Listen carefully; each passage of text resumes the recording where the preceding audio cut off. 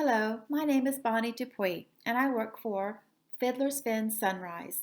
Welcome to Special Education, What You Should Know. Integrating accommodations with instruction every day, teachers work hard to provide effective educational programs for the students in their classes. They must provide instruction that meets the needs of all students, including students with disabilities. Teachers need to identify the accommodations and decide how they will be used in instruction and assessment. In addition, they must monitor the impact of the accommodations. To ensure that accommodations are matched to student needs, IEP teams are urged to think about the student needs and the potential impact of the accommodation on student performance.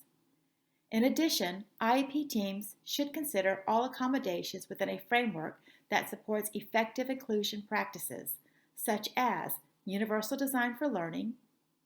Problem-solving activities identifying appropriate accommodations should align with the school's implementation of a multi-tiered system of supports. Eligible students with disabilities under the Rehabilitation Act of 1973 may have a Section 504 plan that documents their needs and accommodations. After reviewing IEPs and Section 504 plans, teachers are urged to confer with the students, teachers, parents, and other staff. They can provide additional guidance about the students' learning needs and describe how accommodations were provided in the past. As students become more skilled in self-advocacy, they will be able to take on more responsibility to initiate conversations about their need for accommodations. When planning for classroom accommodations, teachers think about what all their students are expected to learn and the activities they will use. Many teachers find it helpful to keep a simple list with the names of the students and their accommodation in lesson plan books. This becomes an easy reference when they plan their instruction each week.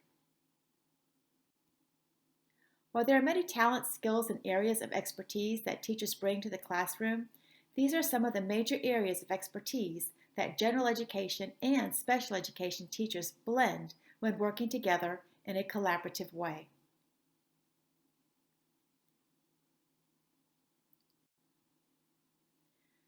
So accommodations change how students are taught and demonstrate what they know.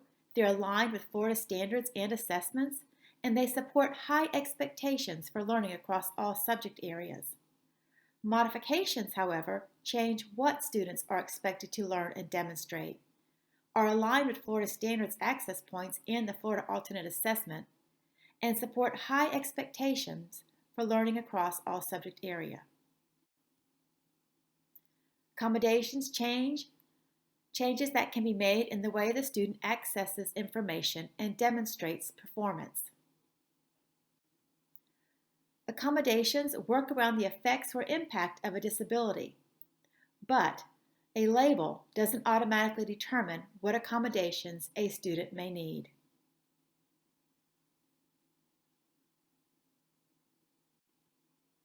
Many teams use a process to gather information in a systematic manner to guide decisions about services and supports for students with disabilities.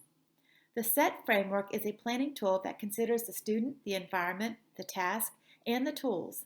Considering all of these factors leads to better decisions by the team. Think about the student's strengths and needs.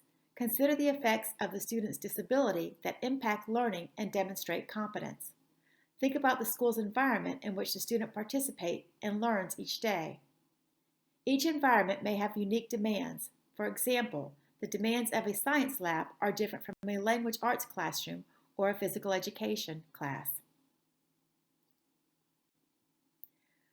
For students with print disabilities, this refers to a couple of different exceptionalities that fall underneath this umbrella impairment. These are students who may not be able to see a book, students who may not be able to physically manipulate a book, and students who have difficulty reading. For these students, text-to-speech will be extremely helpful in a virtual environment. To learn more about the products to provide virtual accommodations, please sign up for one of our Fiddler's Technology courses. The link to the website to access Fiddler's trainings will be on the last slide of this webinar. When we look at oral presentation is going to So you want to make sure you front load as much as possible so that they are able to have directions clarified. Some ways to do this: you can make videos of the instruction. You can model for them exactly how to complete or to log in or to respond to something. You can create a how-to guide with visual and image support, as well as in the classroom and online. It is highly recommended that you provide advanced organizers to your students so that they know what to do and they have an example. Provide outlines of content so they know what's coming. Social isolation in these times are going to be especially difficult for our students. For students that truly need that verbal encouragement, we want to make sure we have different ways to do that. One simple way we can do this is providing video feedback. Take a phone, make a quick video message. Hope you're doing a great day. You worked really hard on this assignment. I can see that you're really trying. Keep up the good work. I miss you, and I can't wait until we're all back together again. You can provide positive emails, text, or voice notes. The important thing is that they know and receive the encouragement when you look at the true understanding of why that accommodation was chosen. Share strategies with participants and caregivers of what works in the classroom when that student is really struggling. What is it that you provide to them so that they're able to get over that barrier and begin willing to work? Additional time is a common accommodation for students with disabilities, and these usually have settings built in. Please be aware of the timing settings. If changing the timing invalidates what that particular activity is trying to assess, then the timing is okay. If adding extra time makes it so that, a timed multiplication drill that's timed for a reason, that's why you truly want to look at. However, when you're trying to assess if they have that mastery, timing is not going to be necessary.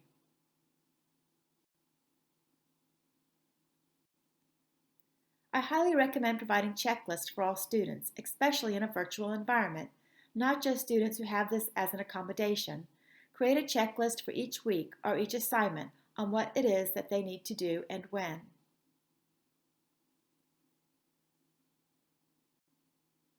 If you use visual supports in your classroom in an online classroom, please provide digital copies of what's currently in use to the parents and families. It may also be helpful to provide an information sheet on how to use these, or you can even create a little video of you modeling how to use these virtual supports with the student, especially our students who require a more structured environment. Timelines in a virtual environment are also extremely important. Students need to know when something is expected to be done and what phase they should be in each week. There are two different icons on this slide because students are going to need different ways of having information represented to them. Some students may be able to work with just a big idea and then the small steps along the way and a quick verbal or written description of that particular timeline.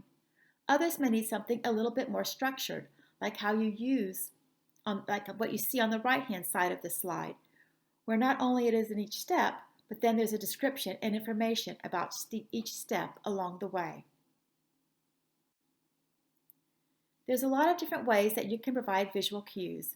It can also be as simple as start and stop. You can also encourage your students to provide their own visual cues as a way of taking notes. Behavior supports in a virtual environment is going to look extremely different than behavior support in the classroom.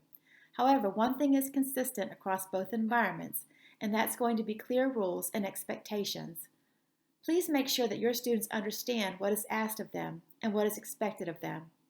Also, try to keep things as consistent as possible. Try to use the same learning management platform.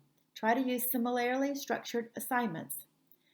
This way, they can spend that cognitive load on learning and not on trying to figure out what it is they're supposed to do. Providing alternative activities and choice can truly be a behavior support in a virtual environment. So for those special education teachers, you help by explaining students' difficulty and why accommodations benefit. Model. This is what it looks like. Watch me. Collaborate. Work together for great implementation. Monitor and adjust. Keep data and problem solve. Here are some explanations. I'm going to show you some slides on Brent and Anthony, two middle school students with disabilities who are included for all academic classes. Each student has unique behavioral challenges. Accommodations, repeat, clarify, and summarize. How it may look. Brent, what were the directions? He repeats. Written directions also effective. Preferential seating. Again, away from noise, maybe in the front, maybe in another location. Verbal encouragement. You're very smart. I know you can do it.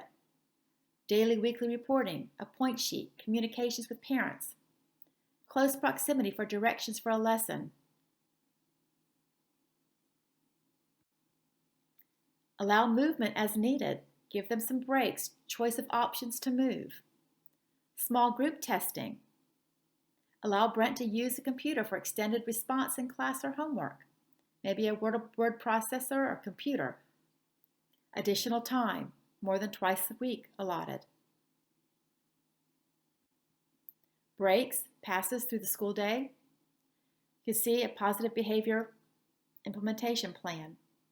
Flexibility of presentation, repeat and clarify and summarize. How it looks, maybe check for understanding with the first accurate. If he gives the wrong answer, then repeat the directive. Here's some examples for Anthony's accommodations. Again, his accommodation, flexible presentation, and how it may look. Extra time for assignments, and again, how it may look.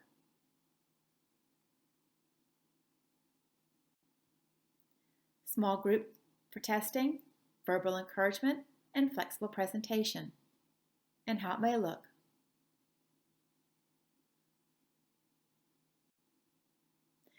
Keep track, use tools to monitor, and use data to make adjustments as needed. Remember, accommodations are effective strategies for all students. Be proactive. Create a student-centered classroom with options for all learners. Teach with and have students use graphic organizers. Provide choices to students. Be able to access information, respond to the learning, be engaged. This is universal design for learning. Provide peer supports. Regardless of the environment, if we're back to brick and mortar or if we're still online, remember that we thank you for all you do to reach and teach all students. For more information on accommodations and modifications or any of the strategies that we've mentioned, please go to fiddlers.sunrise.gosignmeup.com for a list of the resources and the professional development that we offer.